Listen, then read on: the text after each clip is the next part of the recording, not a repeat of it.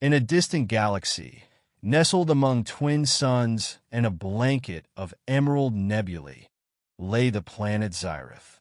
Its surface shimmered with crystalline forests, phosphorescent rivers, and jagged mountains that scraped the violet skies. The inhabitants of Xyrith, known as the Varens, were an enigmatic race with luminous, gem-like skin and iridescent, insect-like wings. They prized harmony above all else, their culture steeped in ancient traditions and rituals. Lira, a young Viren girl, was unlike her kin. While the Varens valued unity and conformity, Lyra's curiosity often led her to question the ancient ways. She spoke of change, of embracing the unknown, and of forging bonds beyond their insular tribe. Her ideas were radical, even heretical. One fateful evening during the ceremony of the twin sons, Lira made a grave mistake.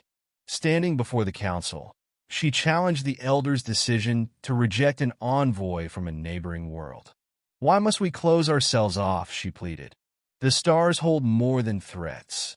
They hold allies, wisdom, and possibilities." The council gasped. To question their isolationist creed was to defy the sacred scroll of Lumina. Her punishment was swift: exile. She was cast out into the wilderness, her wings stripped of their luster, her connection to the Viren's life-giving crystal severed. Lost and heartbroken, Lira wandered the alien wilderness, her once vibrant skin dimmed to a pale hue. She survived on bitter roots and hid from predators in shadowed caves. Her nights were spent staring at the stars, a silent yearning for someone who might understand her.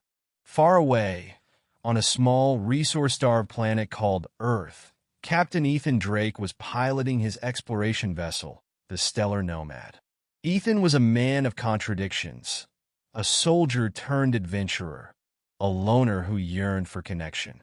He'd been sent by the United Earth Coalition to survey Xyrith for potential alliances, unaware of the Varen's hostility to outsiders. As he descended into Xyrith's atmosphere, his ship encountered a storm of charged plasma, forcing him to crash land in the crystalline forest. Disoriented but uninjured, Ethan began repairing his vessel, unaware that he was being watched. From the shadows, Lira observed the strange being with skin of bronze and no wings. Despite her tribe's warnings about outsiders, her curiosity won out. When Ethan finally noticed her, his first reaction was one of awe. "You're beautiful," he said without thinking. Lira tilted her head, confused but intrigued by his gentle demeanor.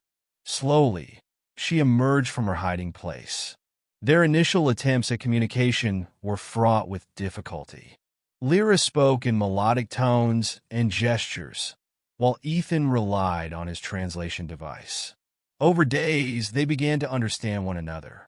Ethan learned of her exile, and Lira learned of Earth's struggles and Ethan's desire for unity among worlds. Despite their differences, they found common ground in their shared loneliness. As weeks passed, Ethan and Lira grew closer. She helped him navigate the hazardous terrain, using her knowledge of the land to find food and resources. In return, Ethan shared stories of Earth, his laughter lighting up the darkness that had engulfed her heart. For the first time in her life, Lira felt truly seen. But their bond did not go unnoticed. The Viren Council, wary of Ethan's presence, sent a search party to drive him off. When they found the pair, they accused Lira of betraying her kind by aiding the outsider. Ethan stood between Lira and the enraged Varens, raising his hands in a gesture of peace. "She's not your enemy," he said. "Neither am I." The Varens scoffed, unwilling to listen. But Lira stepped forward, her voice trembling yet resolute. "You cast me out because I dared to dream of a world beyond our own. Now I've found proof that unity is possible. Ethan is not a threat. He is a bridge." The elders hesitated, their crystalline forms flickering as they conferred telepathically. Finally, one of them spoke. If you truly believe in this outsider, prove it. Return to the sacred crystal and restore your bond to our tribe. If it accepts you, we will consider your words. Lira knew the risk. The sacred crystal judged one's worth, and failure would mean her permanent exile, or worse. Yet, with Ethan by her side, she felt a strength she had never known. Together, they journeyed to the crystal's cavern, where its radiant light pulsed like a living heart. Kneeling before it, Lira placed her hands on its surface. For a moment, nothing happened. Then, the crystal erupted in a kaleidoscope of colors, its light enveloping her. Her wings regained their luster, brighter and more radiant than ever before. The elders, who had followed to witness the trial, bowed their heads in astonishment. "The crystal has spoken," one elder declared. "You are worthy, and your path is true." Lira turned to Ethan, tears streaming down her cheeks. "We did it," she whispered. The Varens, moved by Lyra's courage and the undeniable bond she shared with Ethan, agreed to open their borders, tentatively at first, but with hope for a brighter future. Lira was welcomed back into her tribe, not as an outcast, but as a leader. Ethan, though still a visitor, was hailed as a friend. Together, they began to forge a new chapter for both their worlds, proving that even in the vastness of the universe, understanding and compassion could bridge the deepest divides.